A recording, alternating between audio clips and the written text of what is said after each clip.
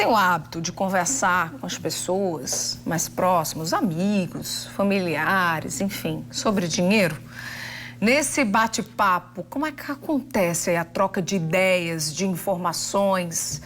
Para muita gente é difícil, mas é importante saber de outras opiniões. Esse é o nosso assunto de hoje da coluna Na Ponta do Lápis, com Guilherme Bahia, nosso planejador financeiro. Ô, Guilherme, boa noite. Por que é tão difícil a gente falar sobre dinheiro? É meio que um tabu, as pessoas se acham meio que interesseiras, têm medo de serem julgadas. Ainda tem isso, né?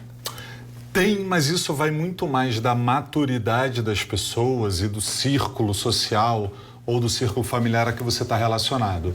Algumas pessoas têm essa ideia de que se falarem quanto ganham podem despertar inveja ou podem estar sendo prepotentes, arrogantes, mas a coisa não é bem assim. Depende muito desse contexto e ele pode ser melhorado até mesmo por você, para que você tenha um ambiente mais saudável para troca de ideias, para troca de experiências, fazendo com que falar sobre dinheiro não seja tão difícil. As pessoas sempre acham que falar sobre um número, seja de dívida, seja de quanto ganha, seja de quanto gastou, ou até mesmo do objetivo que quer ter, juntar 50 mil, 100 mil, 1 milhão, não importa, vai te colocar dentro de uma classificação que te torna mais obsessiva ou mais arrogante ou mais que qualquer coisa de uma outra pessoa.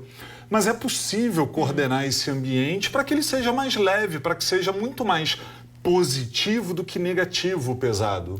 E aí eu te pergunto assim, como é que essa conversa deve acontecer, né? Como é que a gente fala sobre dinheiro? E melhor, como é que a gente deve se preparar para falar sobre dinheiro? Muito importante, por ser uma questão muito social, a gente classifica as pessoas por quanto ganham, por exemplo, pessoas ricas, pessoas humildes. Então é muito comum haver esse tipo de situação. Quando você precisa falar, organizar bem esse ambiente e também as pessoas que estão com você.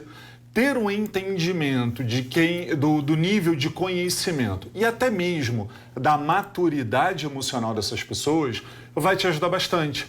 Evitar, obviamente, aquelas pessoas que não vão entender o seu ponto de vista, conversar melhor com aquelas pessoas que têm alguma noção boa sobre dinheiro, nem que seja para que você ensine algo para a pessoa que conhece menos, nem que seja para que você aprenda algo com a pessoa que você entende que conhece melhor. Mas conversar sobre dinheiro não precisa ser uma lição, não precisa ser uma aula, só uma questão de conhecimento ou de não. Mas pode ser muito da autoavaliação.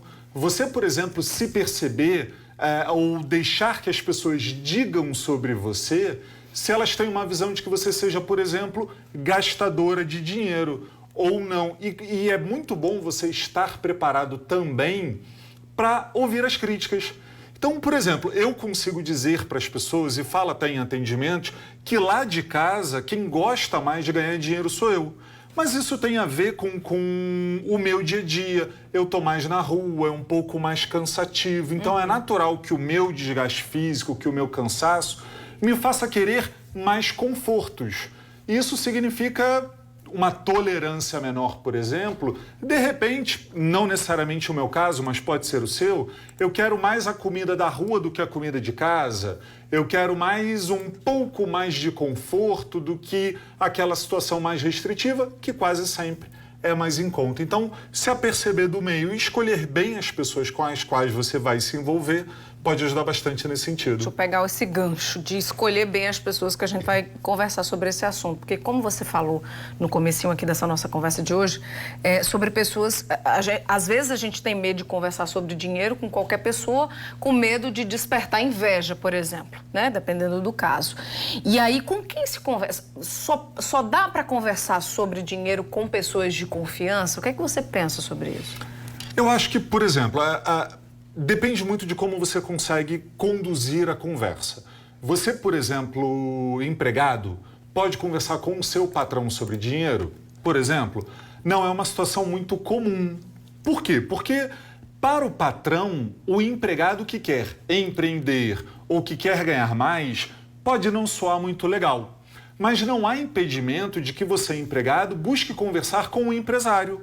saber como ele pensa, saber do que ele gosta, do que não gosta, de com o que ele gasta dinheiro, por exemplo, obviamente, dentro da liberdade que cada conversa se tem. Às vezes, na fila do banco, a gente conta história da nossa vida que não contaria, de repente, para o nosso psicólogo, embora devesse. Mas a questão é muito relativa com relação a isso, da gente conseguir abrir um ambiente em que haja confiança, que não haja um rompimento da intimidade e que você tenha alguma noção se com aquela pessoa você vai ser mais quem é ajudada ou quem ajuda. Às vezes você, na sua simplicidade, no seu pouco conhecimento, pode dar uma grande aula, por exemplo, comportamental. De você dizer, por exemplo, não, eu não tenho uma ambição, eu não me considero uma pessoa ambiciosa e, no entanto, eu sou feliz. E, às vezes, a ambição é a causa da infelicidade do ambicioso. E aí você pode dar uma grande lição de vida sem necessariamente um conhecimento. E isso torna a vida das pessoas mais leve, de repente. Verdade. Tá certo. Obrigada, então, viu? Até a próxima. Até a próxima. Bom jantar, já jantou? Bom jantar. Ah, ainda não, hoje então, ainda pronto, não. estamos juntos nessa. Bom jantar para você. Bom jantar. Boa noite e até a próxima, Até viu? a próxima.